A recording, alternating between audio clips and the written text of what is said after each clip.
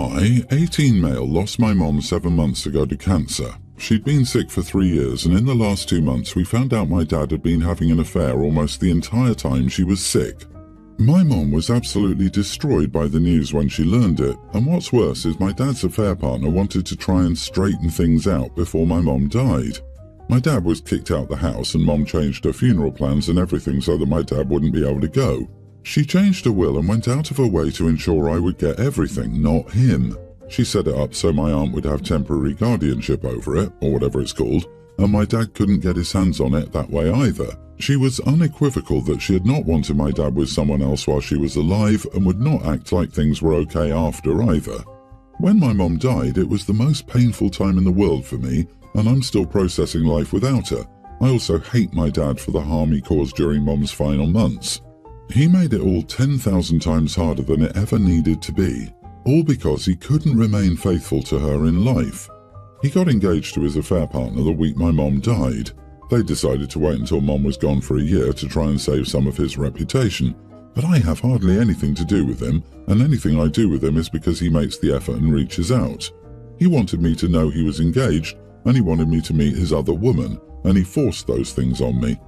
The last time they decided we needed to speak, I told them not to invite me to the wedding because I wouldn't go and respect them enough to RSVP officially. They were upset and told me to think about the future and other BS like that. I told them if they felt they were worthy of being grandmed, and he made losing mom so much harder.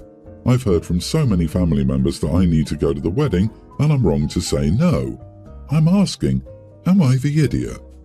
Not the idiot. I'm hearing from so many family members. I bet they're all his side of the family. I highly doubt it's your mom's side telling you that. They are biased and their opinion is worthless. Your father did an atrocious thing. He engaged his affair partner the week she died. Holy crap, that's unforgivable. This other woman's children don't speak with her, and that sounds well deserved on her part. You don't need to go to this wedding at all. I think it'd be one last nice screw you in honor of your mom. Can we add the ridiculous idea that the affair partner wanted to straighten things out with mom?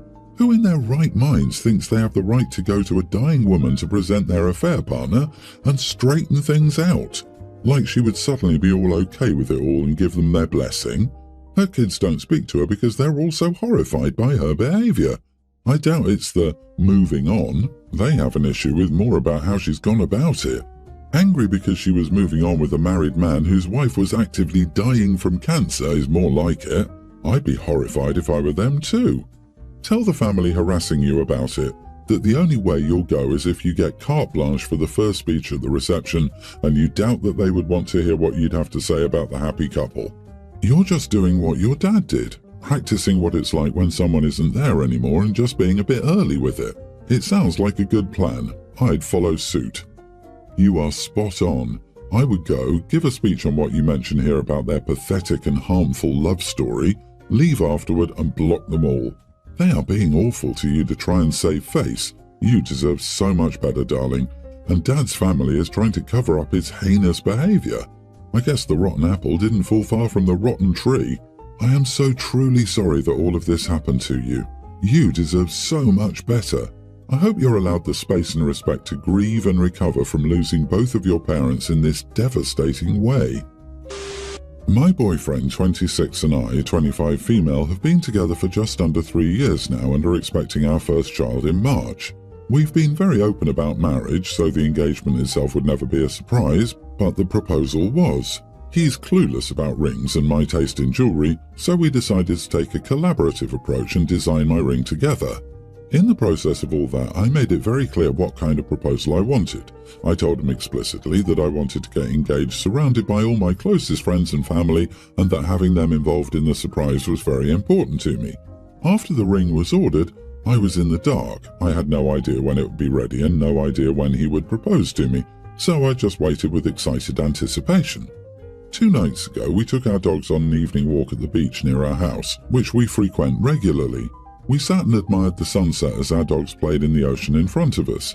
After a little while, he started going on about how much he loved me and how grateful he was to have found me, and then he pulled out the ring box and asked me to marry him. It was completely unexpected, and I was a bit shocked. Once I realized what was going on, I kissed him and told him how much he meant to me and how much I loved and cherished him, but I couldn't say yes now because I really wanted my closest friends and family to share the moment with me. He got really upset and told me that he wanted to do something more intimate and keep the moment between us, and that he wasn't comfortable doing it in front of everyone. I've tried to reason with him over the past couple of days, but he's been giving me the silent treatment for the most part. I get where he's coming from, but at the same time I had to design my own ring because he doesn't pay enough attention to the small things, like the jewellery I wear, so I really wanted my proposal to be something that he put a lot of thought in to make it special for me. I've heard of countless instances where a girl has turned down her partner's proposal because he did it publicly and she wanted something private. Everyone always seems to sympathise with her and her preferences. The way I see it, this is the exact same situation but reversed, so I don't see why what I did was so wrong. Am I the idiot? You are the idiot, and you're rude. When did the proposal become something that is scripted? The way you built this up in your mind, you should have just proposed to yourself since you had an exact scenario with specific people involved scripted. Lady, you shot yourself in the foot here. A proposal is a one-and-done type of situation. He's proposed to you. The ship has sailed. You had your proposal, and you said no. It won't ever be special like it was again because from here on out, it will not be from the heart. The proposal isn't just about you and your wants, it's also about him. He doesn't want to do a public display. He shouldn't have to simply because you envisioned a TikTok moment. He wished to protect the moment between you both. Privacy, intimate. Personally, I wouldn't be surprised if he doesn't bother again. You've shown how little you care about his preferences. Exactly, it all reads as what she wants, not what he wants. I can't imagine how bad the wedding planning would be. It reeks of main character syndrome. Yes, your friends and family would be happy for you, but I can't imagine caring so much that I'd be included in the proposal. My 27 male and wife, 27, have been together for 4.5 years and married for 2. We discussed kids before marriage and both agreed that we wanted kids. A couple of weeks after we got married, we started trying for a baby and she got pregnant but had doubts about having kids at the time. We discussed it a bit and she said she wasn't ready yet. I didn't push back and let her decide since she's the one who's pregnant. 3 weeks ago she got pregnant again. I was excited, but she still wasn't sure. She said she wanted to wait a little longer and I tried asking her for a timeline, but she just said when she felt ready she'd let me know. I asked her if she still wanted kids at all and she gave me a non-answer where she said she didn't know if she wanted kids anymore and wouldn't elaborate. I didn't want to pressure her to do anything, but I told her that I wanted to have kids and that I needed to rethink our relationship if this was the route she wanted to take. She got the procedure done and I started the divorce proceedings a few weeks later. Some of our mutuals are saying I was wrong to separate because of this, and she's called me a few times sobbing. I want to be with her, but having kids and starting a family is really important to me, and it feels like she's been too unsure and unclear about what she wants, and has been stringing me along in the process. Am I the idiot for divorcing my wife? Yeah, definitely not the idiot. This relationship isn't going to work out. You both want different things. Just end it and move on. Then find someone that actually does want what you want. Her not wanting kids is okay, but what's not okay is her stringing you along with non-answers and crappy communication just to keep you with her. Are you not allowed to feel betrayed that you entered a marriage assuming you shared common goals only to find out she lied? Exactly, she got pregnant twice since you've been married but ended it both times because she didn't feel ready, even though you were actively trying both times. If you aren't on the same page when starting a family, I see no point in continuing the relationship. I question the mindset of a woman who actively tries to get pregnant and then changes her mind twice. I think it's not good to have kids with someone like that. This isn't normal behavior. Dude, you're doing the right thing. End it. Find someone who wants the same things as you. I did, and I don't regret divorcing him at all. I'm so much happier with a partner who is honest about their life plan. My husband, 30, has severe abandonment trauma caused by Mommy Dearest. She dropped him off on his dad's doorstep when he was 5. He'd only met his dad a handful of times and took off for a year. During that year, his dad dropped him off on DHHS's doorstep and he ended up in foster care. When his mom finally did fight for him back, 7 months later, she regained custody just to give guardianship to her oldest daughter, 24 at the time. She's nasty and manipulative, just like mother-in-law, and then was in and out of my husband's life until he was maybe 19, when her presence became more permanent. I met him when he was 22 and still living with his sister. I've always hated his mom for what she did to him, but it was set in stone after I lost our child. He and I had been together maybe 5 months. She came to our house unannounced to check on her son as I was bleeding out and said to him, "It's for the best, honey." She didn't say 2 words to me. She just told him it was best that our baby was gone. For the past 8 years, she's always shot him down. He wanted to move out of state and she convinced him not to. Every time he wants to take a certain career path, she convinces him not to. Instead, she tries convincing him to work with her at a rehab facility making pennies on the dollar. If he wants to sell one of his vehicles, she convinced him to just give it to her instead. And now that we have a daughter, stuff is just getting worse. For whatever reason, she decided to tell us at our baby shower that she was indifferent about me being pregnant. And then, when I was giving birth, she literally showed up and waltzed right into the labour and delivery room and clung to my husband. She told all the nurses she came to support her baby. "I just came here to hold my baby up." Not once did she ask how I was or if I needed anything. I told her to get the heck out. Surprisingly, my husband screamed at her to get out after she didn't listen to me. It's a big brownie points moment for him. I was so damn proud. But anyway, since our daughter is now a few months old, he's been talking about starting his own business. His mom showed up here yesterday and he was talking to her about it. She told him he should leave the state and start working, secure a place down there and send for us. Now keep in mind, as I said above, she literally convinced him not to leave the state years ago, so this is a messed up way for her to get him away from me and the baby. And he's truly so dense that he doesn't see it because she's never openly told anyone that she doesn't like me. She's never crap-talked me. It's always so sugar-coated that it's nearly impossible to pick up on it, unless you're looking for it. But anyway, I said, my husband is not leaving me and the baby to go secure anything out of state. She said something like, "It would be best for everyone. There's more opportunities." So I snapped and said, "Oh, so you want him to abandon us like you abandoned him? Sure, babe, go ahead and leave for a year. Maybe I'll drop the baby off on DHHS's doorstep too and make the situation more comfortable for your mom.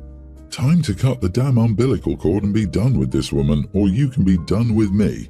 My mother-in-law turned and slammed out of the house, called my husband and said, "Make a choice right now, me or her. If that toxic witch stays, you will never see me again." Now my husband won't talk to either of us because we are acting like children, but he told me that what I said was damn wrong, and apparently me just trying to make him look like an idiot for having abandonment issues. Edit, she's only held my daughter once, for maybe 3 minutes. She took her from my husband's arms, held her briefly and then stuck her in the swing saying, "If you hold her all the time then she'll get used to it and never want to be put down." I think my daughter was 4 days old. She hasn't held her since, but she's been here 8+ times, always asking my husband to go to her house and help her with something. So she's been trying to get him away from the house so he isn't spending time with us. And I'm going to be transparent here and say that I 100% meant to say what I said to her, knowing it could lead to a trauma response. Here's the thing. I've tried getting him to go to therapy. He booked an appointment, but Mommy convinced him not to go. After all, he doesn't need it, and I'm seeing a problem where there is none, and he could be doing something he enjoys instead. When my mother-in-law told him that he should skip state and leave me and the baby behind, he nodded and said, "Right," and agreed that it was a good idea. He was considering it. So I purposely pulled at those trauma strings to make him see how screwed up this was and how similar the situation was to what his mother did to him. She ditched the state, leaving her kid behind. She abandoned him. She made everyone believe that she was doing it for everyone's benefit. The same way she's trying to convince him it would benefit us. So, did I do that on purpose? Yes. Was it screwed up? Also yes. But he needed to see it for what it was, and so far he hasn't. Maybe now he will. Oh dear, not the idiot. Your mother-in-law is a narcissist. She doesn't see her own son as anything but a source of supply and is scared that his starting a family with you will take him away from her. She's love-bombed and manipulated him into gifting her cars, not moving away from her, and not to mention she's been impairing him professionally by discouraging him from new career paths. This woman has been sabotaging him for 8 years, and now she wants to separate him from his new family so he doesn't see the bigger picture and what she's up to. Not to mention, she tries to cover up her abusive ways by showing up in important moments like your miscarriage, your birth, and your baby shower. Still, she can't keep up her facade and ends up telling him things like, "It's for the best that she lost the baby. Her pregnancy was of no importance to me," etc.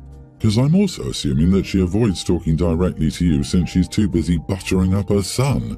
He's a victim of narcissistic abuse and he doesn't even realize it. But he's lucky to have your level-headed, rational self as his wife. The poor man is happy to have his mom in his life, but he doesn't realize he'd be much better off without her. I'd be willing to bet that if mother-in-law wins by breaking up OP's marriage, she'll drop her son like a hot potato. Again. Did you cross the line with what you said?